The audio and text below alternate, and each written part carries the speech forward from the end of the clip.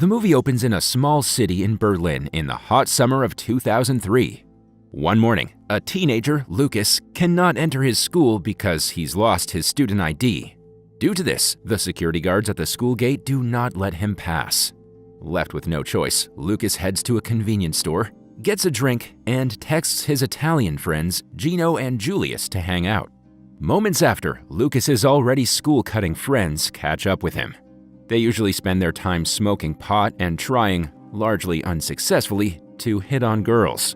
After their brief meetup, the boys plan to buy some weed in the nearby park. However, they get caught in the rivalry of two groups of dealers. Initially, Julius approaches the Arab dealers, but they seem to be bothered by the presence of a German, i.e. Lukas. It turns out they're having some Cold War against the Germans due to the ongoing social reforms in Berlin. Soon enough, Ali, the gang leader, picks on Lukas, who stays rather submissive.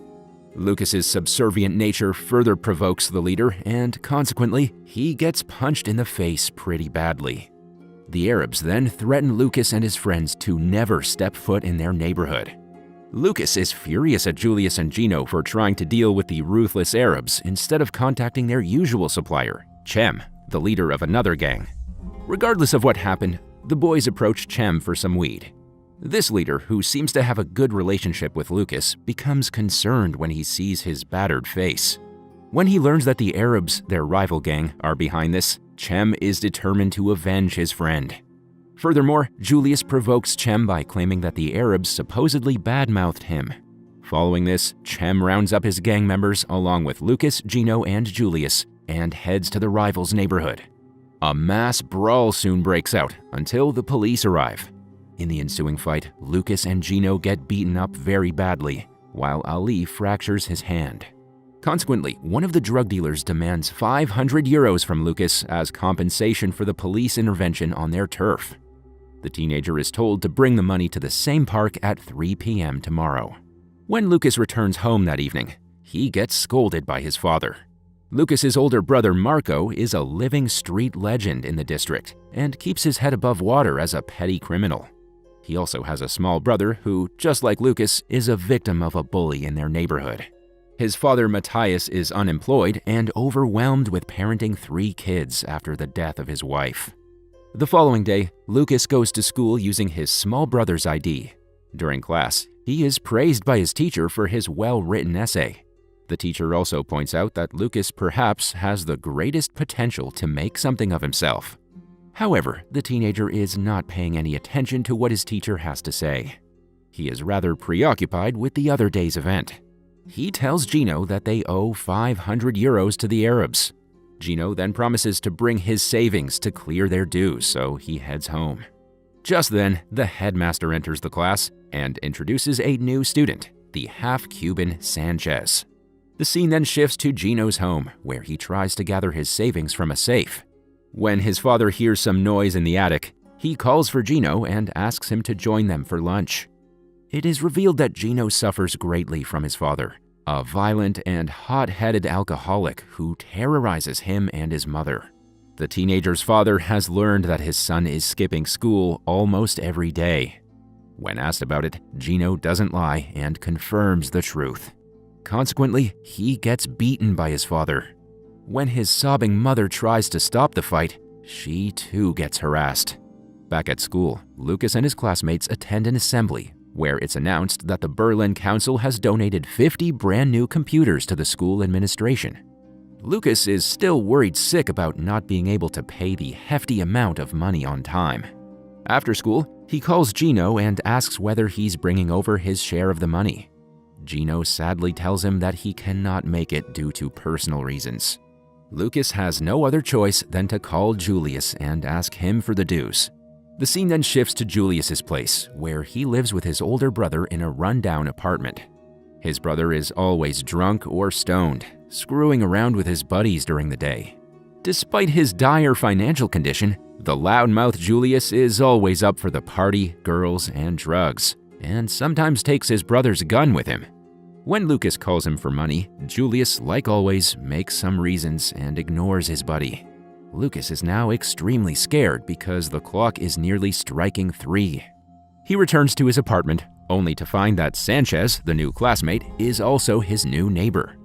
It's revealed that Sanchez, who has a knack for stealing things, lives with his single mother, who can barely make ends meet financially, even with a job. But despite everything, she wants to be a good mother to her son. Lukas helps them move into their new apartment and even spends the evening at Sanchez's apartment, fearing that Ali and his friends might come by his place. Just when the boys are having a good time together, Ali calls him and demands the dues. The gang leader swears to do something very bad if the payments are not made any sooner. That night, Lukas, Gino, Sanchez, and Julius meet up together to come up with a plan for the payments. Before discussing anything, though, they go to a grocery store to get some drinks. With the help of Sanchez, they manage to steal alcohol and narcotics from the store.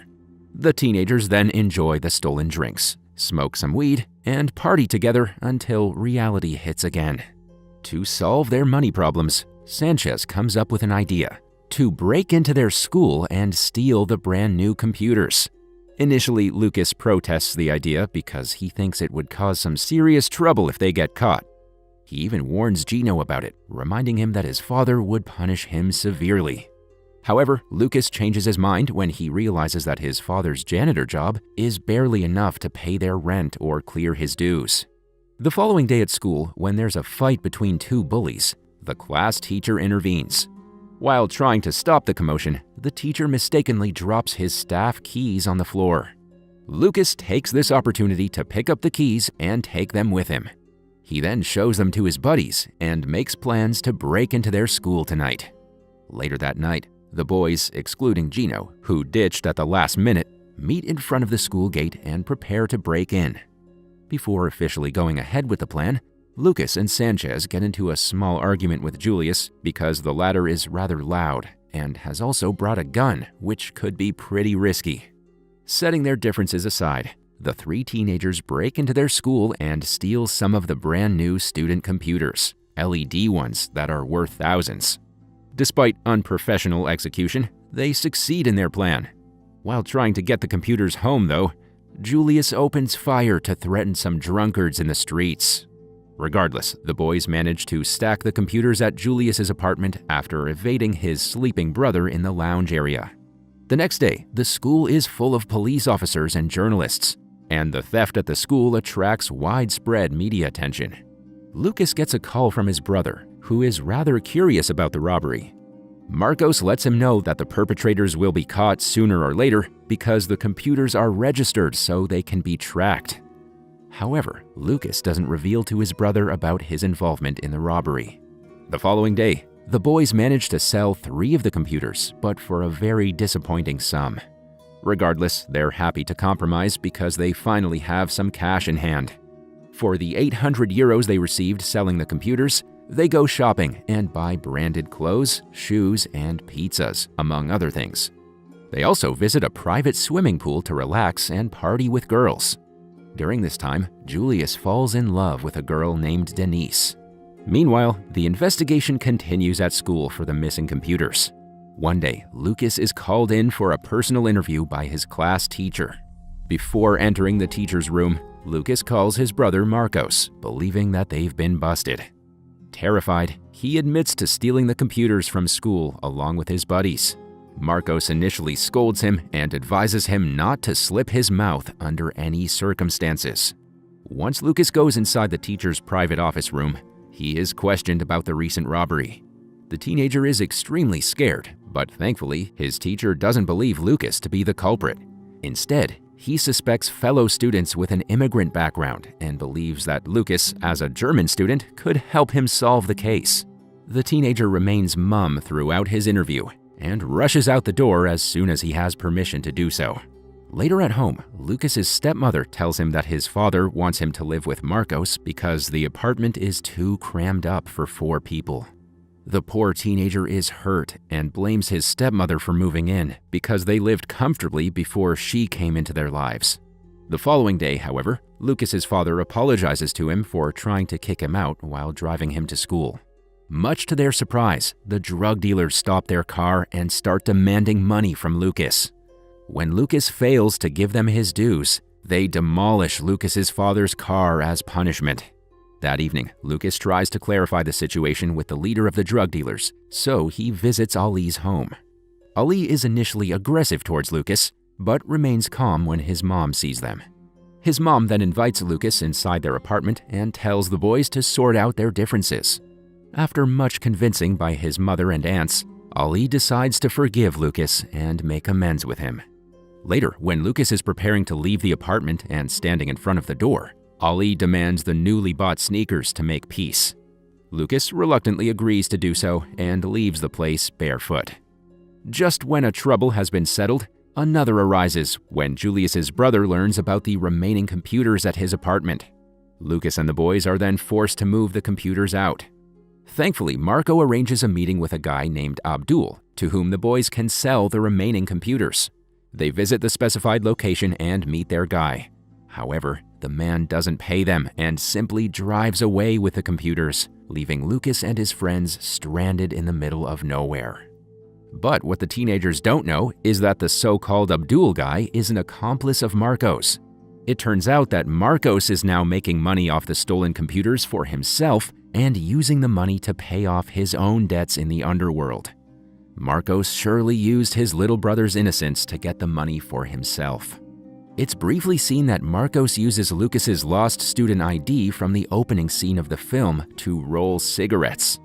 In the meantime, Gino becomes increasingly desperate about the situation with his brutal father. To make it worse, he learns that his abusive father has also stolen all of his savings to buy alcohol. Gino is now on the verge of going crazy. After much consideration, he takes a drug given to him by Julius and gains courage from the intoxication. He then goes to the kitchen where his father is once again assaulting his mother. Grabbing a glass bottle, he hits his father on the head and seriously injures him. Then he gives a grim look to his mother and jumps out the window. When Lukas, Julius, and Sanchez hear about the incident, they rush to the hospital. On the way, however, they come across Cem, who is proud to show off his new hot girlfriend. Much to Julius's disappointment, she turns out to be none other than Denise. Evidently, she had been playing both the boys. A brief fight between Cem and Julius ensues, but the boys soon realize that going to the hospital is more important to them. The movie ends with Lukas and his buddies visiting the severely bruised but responsive Gino as a sign of their true bond.